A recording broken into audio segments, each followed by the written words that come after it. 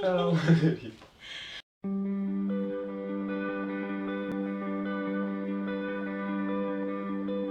Bom dia, gente, tudo bom? Vamos continuar com as nossas palavras, né? Com as nossas reflexões. E hoje a gente vai continuar falando sobre a graça, sobre uma nova parte da nossa reflexão, que é a culpa. Rafita, chegou, ou como diz, o esperado dia de falar sobre a culpa. A gente falou no vídeo passado, gente, sobre a graça e como que a graça ela se manifesta para com todos.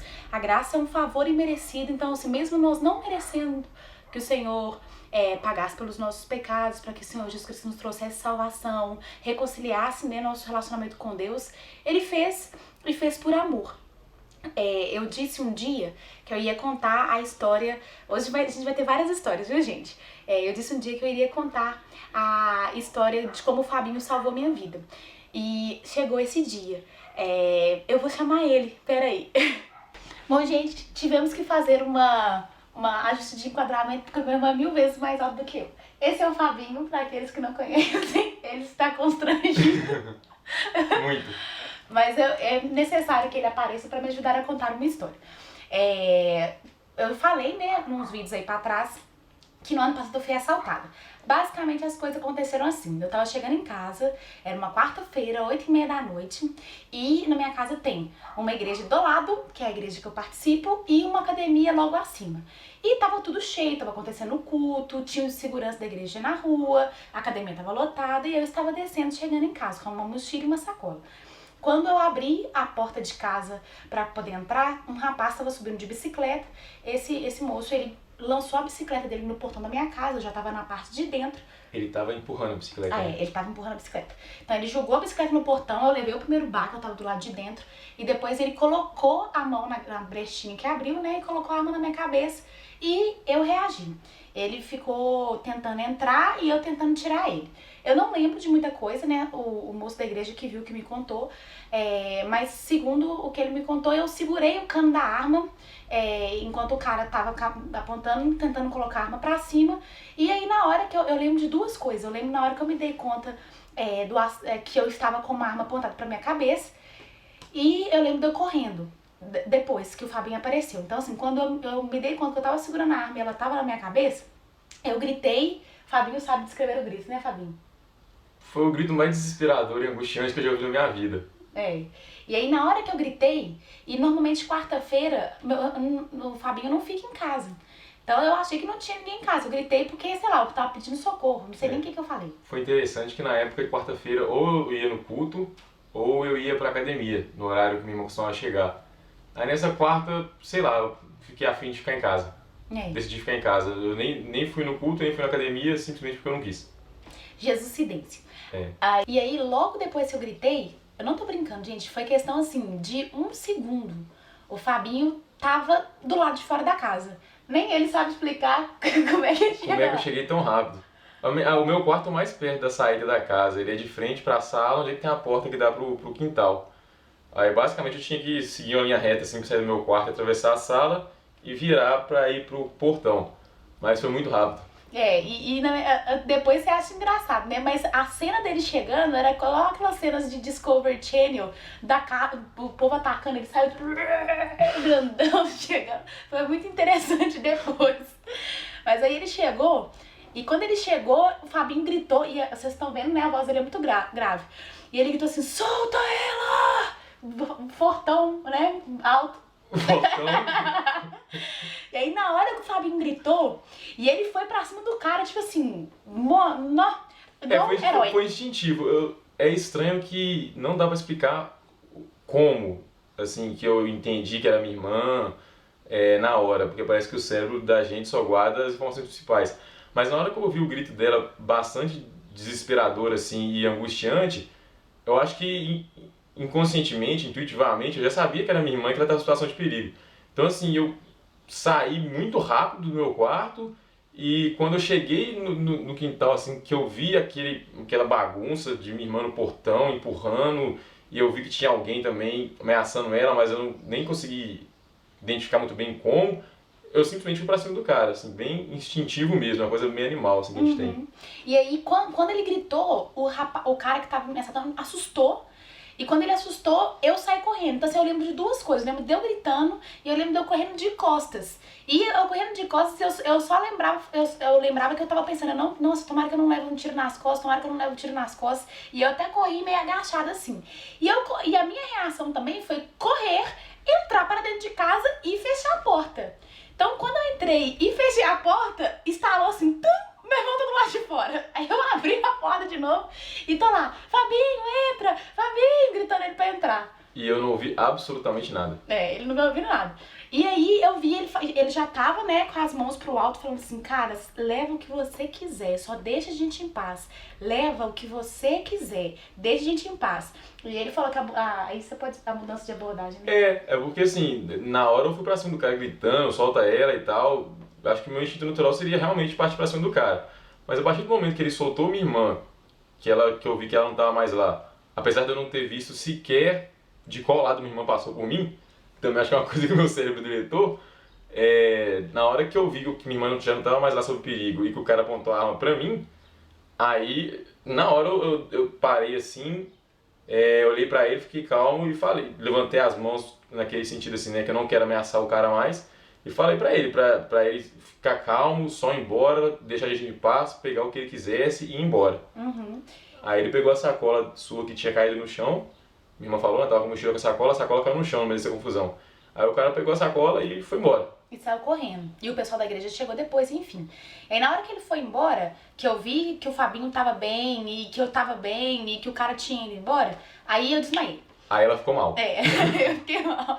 Porque assim, eu fiquei em estado de choque, várias coisas passaram pela minha cabeça, e aí entra por que eu chamei meu irmão pra explicar a graça. Depois desse fato, eu entendi muito bem o que Cristo fez por nós. Porque apesar dele falar que ele fez tudo por instinto, você não se preocupa com uma pessoa que você nem conhece. Ou você não coloca-se em risco por alguém que não tem significado pra você. E pra mim foi muito simbólico. O que acontece? Ele me salvou e ele ficou no meu lugar. E na hora que eu corri pra dentro de casa, ele não correu pra dentro de casa também. Ele manteve sei lá, o equilíbrio pra reagir de uma forma que o cara pegasse a sacola e fosse embora. E eu fiquei pensando muito nisso, assim. Pra mim foi um dos atos... Eu vou chorar, eu acho. Então, assim, pra mim foi um dos atos de amor muito grande pela minha vida. Porque ele se colocou ali no meu lugar. No final, gente, a arma era de brinquedo. Mas eu tenho certeza que se a arma fosse de verdade, ou eu teria morrido lá no início, enfim. Ou nós dois teríamos morrido, ou ele teria morrido no meu lugar.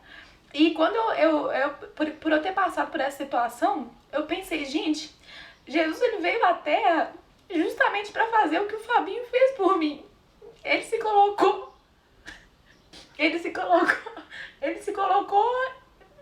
em frente, né? Ele se colocou no nosso lugar para pagar uma penalidade que era minha, para sofrer um sofrimento que era meu. E esse amor, gente, ele não tem comparação. Justamente por isso que é de graça. O Fabinho não chegou pra mim depois e falou, olha, eu me coloquei em risco por sua causa, agora você tem que fazer tudo que eu quiser. Ou olha, eu me coloquei em risco pra sua causa, pro resto da vida você tem uma dívida com relação a mim. Olha, eu me coloquei em risco pra sua causa e agora você me deve dinheiro ou alguma outra coisa. Ele não fez nada disso, pelo contrário. Me colocaria em risco mais infinitas vezes, se fosse necessário. Então assim... Esse é o amor que Cristo tem por nós. Não é necessário pagar, porque, como o Fabinho falou, ele se colocaria infinitas vezes, se fosse necessário, por amor, porque Deus nos criou, Ele nos fez, Ele quer um relacionamento conosco. E o fato de Cristo ter vindo e se colocado no nosso lugar para nos salvar era justamente porque nós somos tão valiosos para Ele que vale a pena o sacrifício. E quando a gente olha na palavra... Lá em Romanos 8:1 diz o seguinte, portanto, agora não há nenhuma condenação para os que estão em Cristo Jesus. Então, é lindo saber que o Senhor nos dá a salvação de graça, que não há mais condenação. E a palavra do Senhor também diz, eu já falei isso no vídeo anterior, que diz que a caminhada do cristão é como a luz da aurora, que ela vai brilhando cada vez mais até ser dia perfeito. Então, o Senhor também reconhece que Ele nos salvou para que nós tivéssemos um relacionamento com Ele. Mas nessa caminhada, a gente vai cair, a gente vai errar diversas vezes, a gente vai ter momentos de falha, vai ter momentos que a gente vai falar, nunca mais vou fazer isso na minha vida. E aí no outro dia a gente faz de novo, só que o Senhor reconhece a nossa natureza humana, tanto que tem outro versículo na Bíblia, depois eu coloco a referência que eu esqueci agora, que diz que quando nós nos arrependemos dos nossos pecados, o Senhor pega os nossos erros e lança no mar do esquecimento. Tem gente que até brinca, fala que e ele ainda coloca uma plaquinha lá, proibido pescar. Então, assim, os seus erros e suas falhas do passado, a partir do momento que você se arrepende, sinceramente, diante do Senhor, ele esquece, tipo assim, então não há mais aquele sentimento de culpabilidade. Claro que o inimigo, assim, uma das formas, né, que o diabo tem de nos afetar é julgar na nossa mente por diversas vezes as nossas falhas, os nossos erros. Mas isso vem muito mais, isso vem dele do que do Senhor. O Senhor Jesus, ele não é um acusador, ele não é um carrasco, né? Voltando à situação minha do Fabinho, depois eu me senti super culpada porque eu fechei a porta com meu irmão lá fora. E a primeira coisa que veio foi, meu Deus, eu fechei a porta com ele lá fora. E aí me veio um sentimento de culpa, de acusação. E aí Deus colocou. Depois eu fui refletir melhor, eu falei, não, gente, que bobagem a minha. Foi o instinto de eu fechar, mas quando eu lembrei que o Fabinho tava lá fora, eu abri de novo. E, como diz, e chamei o de volta, apesar dele não ter escutado. Mas assim, o papel do Senhor não é acusatório. E esse sentimento de culpa é um sentimento que a gente tem que trabalhar. Justamente porque se a gente tiver a lógica de que salvação está condicionada a mérito, aí sim nós vamos ter um sentimento de culpa, porque nós nunca vamos fazer o suficiente para pagar aquilo que o Senhor fez por nós. Mas a partir do momento que a gente entende que a graça não tem nada a ver com o que a gente fez, mas sim com o amor de Cristo, com o que Ele fez, aí esse sentimento de culpa ele começa a ser desvinculado. E a gente compreende que o nosso processo de aperfeiçoamento, ele não é automático. Ele não é da noite pro dia, é um processo que ele é contínuo, a gente vai melhorando dia após dia. E nesse caminho nós não estamos sozinhos, o Senhor ele está conosco, por isso que é um caminho de melhora. A gente vai continuar falando sobre a graça e sobre a culpa no próximo capítulo, mas para deixar já no próximo vídeo, mas já para deixar o gostinho, eu queria ler para vocês lá 1 Timóteo 1, de 15 a 17. Tá escrito assim, é Paulo quem tá falando, viu, gente? Paulo escreveu para Timóteo e ele disse o seguinte, Cristo Jesus, aí ele começa, essa declaração é fiel e digna de plena aceitação. Cristo Jesus veio ao mundo para salvar os pecadores, dos quais eu sou o pior. Por que Paulo fala isso? Paulo, na época dele, ele perseguia os cristãos. Então ele matou vários cristãos, assim, perseguia os cristãos e foi no caminho para matar mais cristãos que o Senhor teve um encontro com ele. Depois eu posso falar mais sobre isso. E aí ele fala, dos quais eu sou o pior. Todavia, por este motivo mesmo, me foi concedida misericórdia, para que em mim, o pior dos pecadores, Cristo Jesus demonstrasse toda a grandeza da sua paciência e me tornasse num modelo para todos quanto haveriam de crer nele para a vida eterna. Portanto, ao Rei eterno, imortal, invisível, Deus único, sejam a honra e glória pelos séculos dos séculos. Amém. Amém.